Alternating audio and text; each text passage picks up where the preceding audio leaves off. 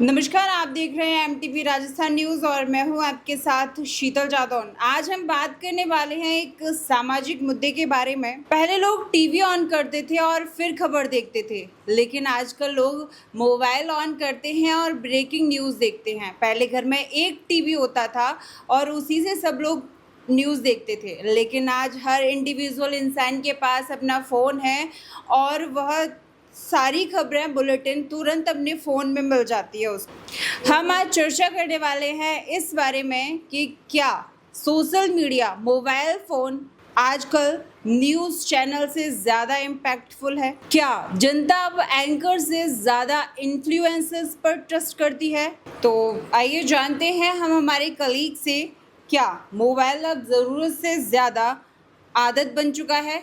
जी, ये आप कह सकते हैं कि भारत नहीं पूरे देश भर में हर तरीके का मोबाइल और इंटरनेट जिस तरीके से फास्ट हुआ है, तेज़ी हुई है, 4G 5G तक पहुंच चुका है। तो क्या है कि जिस स्पीड से इंटरनेट बढ़ रहा है, उसी स्पीड से आप देखिए कि खबरें भी जो है वो उसी स्पीड से बढ़ रही है।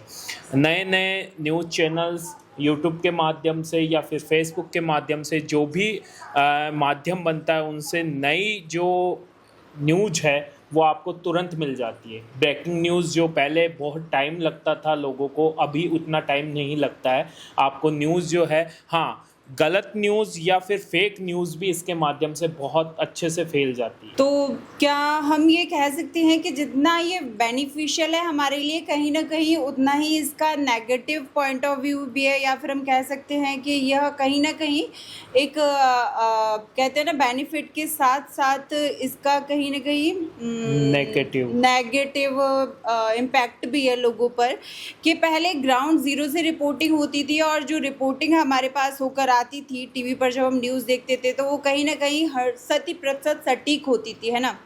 लेकिन फेक न्यूज़ जो फैल रही है उसमें कहीं न कहीं सोशल मीडिया का भी हाथ है, या सिर्फ़ उसी की वजह से है, या फिर स्पेसिफ़िक जो कैंडिडेट होते हैं, जो इन्फ्लुएंसर्स होते हैं, वो ज़्यादा व्यूज़ के लिए वो चाहते हैं कि हमारे ज़्यादा व्यूज़ आएँ, ऐसा वो थंबनेल बनाते हैं या फिर इस तरीके से अपनी रिपोर्ट को बनाकर तैयार करते हैं कि लोग उसको क्लिक करें और देखें।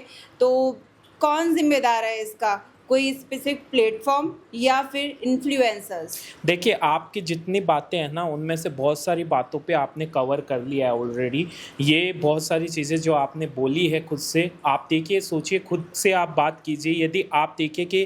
यदि आप किसी भी यूट्यूब पे खोलते हैं और कोई ऐसा चीज़ होता है कि बनिए करोड़पति, 100 करोड़ पाइए 7 दिन में, तो आपको पता है कि वहाँ पे जल्दी से टिक किया जाएगा। या फिर आप किसी चमत्कार के विषय में बात कीजिए, या फिर किसी के ऐसी चीज़ों के ऐसे मुद्दों पे बात कीजिए जैसे पैसा जल्दी बन जाएगा, या आप बैंक से किस तरीके से ज़्यादा लोन ले सकते हैं, या फिर इस तरीके से जो कह सकते हैं ना, चटक, या जिन्हें बोलते हैं कि इस तरीके की खबरें जो आकर्षित करती है किसी भी तरीके से, चाहे वो किसी भी तरीके की न्यूज़ हो, तो वो फेक होगी। या जैसे आपने बोला कि थंबनेल ऐसे बना दिए जाते हैं, तो आप कहीं न कहीं आप भी सही कह रही हैं कि फेक न्यूज़ के ज़्यादातर ज़िम्मेदार वही लोग हैं जो इस चीज़ को अपने व्यूज़ के लिए या फिर चैनल के सब्सक्राइब के लिए वो काम कर रहे हैं कि कहीं न कहीं हमारे एक कमाई का सोर्स वो बन सकता है। ये भी एक वजह हो सकती है कि फेक न्यूज़ फैलाना, और इस पे कोई पाबंदियाँ नहीं है।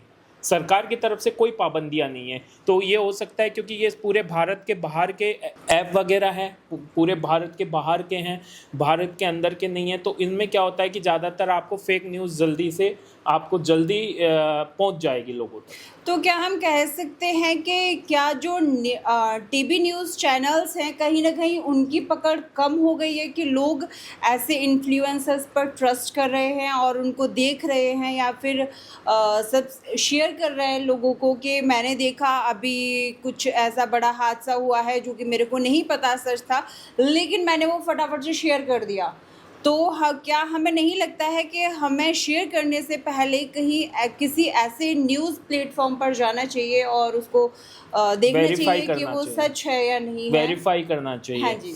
देखिए, सबसे पहली चीज़ क्या होती है कि आज टीवी देख कौन रहा है? पहली बात है, टीवी प्लेटफॉर्म यदि आप बड़े से बड़े चैनल को भी देखेंगे तो भी उन्हें इंटरनेट के माध्यम से आप तक पहुंचना पड़ रहा है। उन उन लोगों ने भी वही प्लेटफॉर्म चुन रखे हैं जो इंटरनेट पे अवेलेबल है, अलग से प्लेटफॉर्म नहीं बना है। आप यदि बड़े से बड़े चैनल को देखेंगे तो वो यूट्यूब के माध्यम से चल रहा है, या फिर क्योंकि टीवी पे आजकल देख कौन रहा है, कोई नहीं देख रहा, तो वो भी वहीं उसी प्लेटफॉर्म पे है जिस प्लेटफॉर्म पे छोटे न्यूज़ चैनल हैं या फिर फेक न्यूज़ चैनल भी है।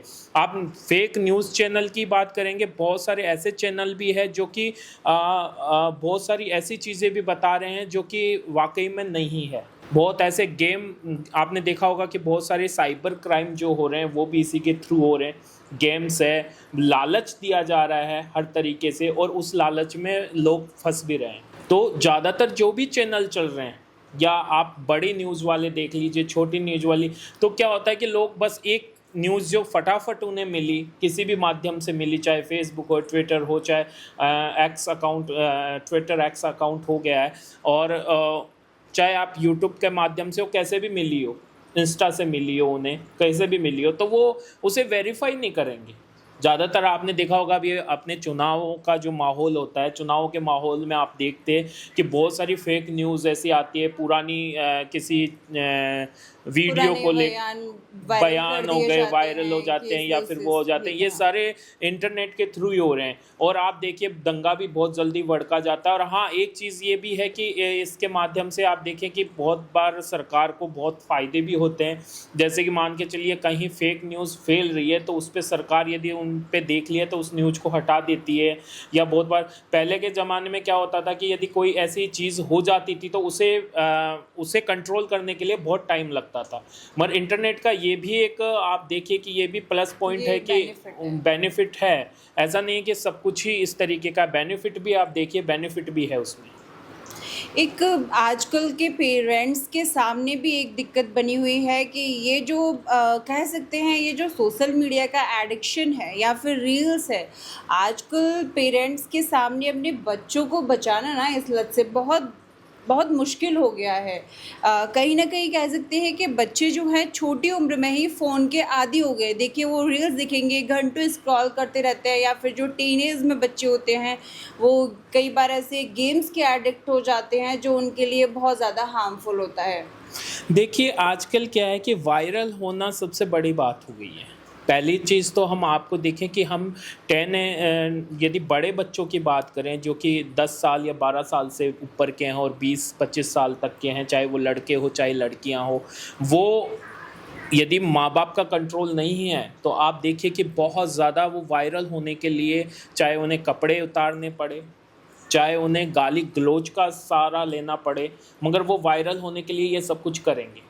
आप देखिए बहुत सारे यूट्यूबर आपको मिलेंगे जो गाली गलौज के साथ में फेमस हो गए हैं, वायरल हो गए हैं, और आज वो अच्छा खासा यूट्यूब चैनल को रन भी कर रहे हैं।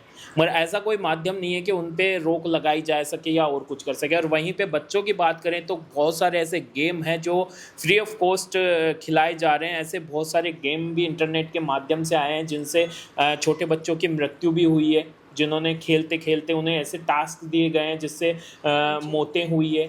ठीक है, ऐसे भी बहुत सारे साइबर क्राइम भी हुए हैं कि बच्चों को पता ही नहीं है कि क्या हो रहा है, और उन्हें थ्रेड्स मिल जाती है, एडिक्शन हो जाती है, और वो उनसे कार्ड से इतना उन्होंने अपने मम्मी पापा के कार्ड्स जो होते हैं जो कि इंटरनेट डेबिट या क्रेडिट कार्ड मान सकते हो आप, उनसे वो नंबर दे देते हैं, शेयर कर देते हैं। तो ये बहुत बड़ी एक प्रॉब्लम है।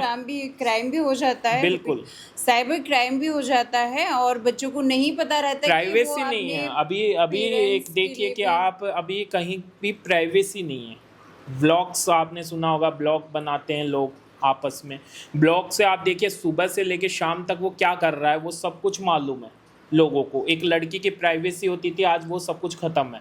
आपके घर की प्राइवेसी ख़त्म है, आपके घर में कौन सी चीज़ कहाँ रखी हुई है, ब्लॉग्स के माध्यम से आप उसके घर के बारे में आप सब कुछ पता कर सकते हैं। कह सकते हैं कि एक तरह से वायरल होने की होड़ में लोग खुद का नुकसान कर रहे हैं, लेकिन वो उसको समझ नहीं पा रहे हैं। बिल्कुल खुद का नुकसान नहीं हो रहा है, क्योंकि आप जितना देखिए कि इंटरनेट के माध्यम से सिर्फ इंटरनेट देखा जा रहा है, 24 घंटे मोबाइल देखी जा रही है, उसके तय नींद पूरी नहीं हो रही है, डिप्रेशन का शिकार हो रहे हैं। आप देखिए कि लोगों को गुस्सा आने लगा है, जैसे कि आप मोबाइल छीन के देखिए किसी को तो वह गुस्सा आ रहा है। दूसरी बात, पति पत्नी के बीच में विवाद हो रहा है, यदि कोई तीसरा आ रहा है तो वो भी मोबाइल के थ्रू ही आ रहा है। और वहीं पे इस तरीके के विवाद भी सामने आए कि मोबाइल छीनने पे कत्ल कर दिया गया है। तो ये भी एक माध्यम बन चुका है कि ऐसी चीज़ें भी हो रही है। तो अभी आप देखिए कि फेक न्यूज़ के माध्यम से तो शक्ति कपूर को भी 2 दिन पहले मार दिया गया था और उसके बाद में लखविंदर सिंह को भी मार दिया गया। और सबसे बड़ी बात थी कि फेक न्यूज़ इतनी बड़ी हो सकती है कि आप देखिए कि धर्मेंद्र जो थे उन्हें मार दिया गया था और फिर उसके बाद में बड़े बड़े न्यूज़ चैनल ने ये दिखा भी दिया, उनसे भी गलती हो गई थी। क्यों? एक फेक न्यूज़ के माध्यम से, इंटरनेट के माध्यम से। और उसके बाद में देखिए कि बाद में पता चला, सबने माफ़ी भी मांगी, बड़े बड़े न्यूज़ चैनल्स ने माफ़ी मांगी कि हमसे ये गलती हुई है। तो फेक न्यूज़ का तो इस तरीके से काम चलता ही चलता है। और मैं तो यही कहता हूँ कि जो भी कोई हो, हर चीज़, हर तरीके की लत बुरी होती है, चाहे वो ज़्यादा कितना भी करे, हाँ एक लिमिट में करना सही रहता है। मतलब कह सकते हैं कि मोबाइल ज़रूरी है लेकिन उसकी लत खतरनाक हो सकती है। तकनीकी हमारी मदद के लिए बनी थी लेकिन कहीं हम उसके गुलाम न बन जाएं, ये भी हमें याद रखना होगा। बच्चों को सिर्फ फ़ोन अच्छा नहीं बल्कि बच्चों के लिए भविष्य भी अच्छा होना चाहिए, ये भी पेरेंटिंग करते समय पेरेंट्स को याद रखना चाहिए।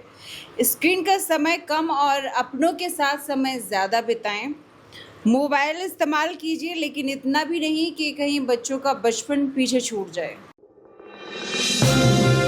आप लोग देख रहे हैं NTV राजस्थान न्यूज, देश की अपनी आवाज।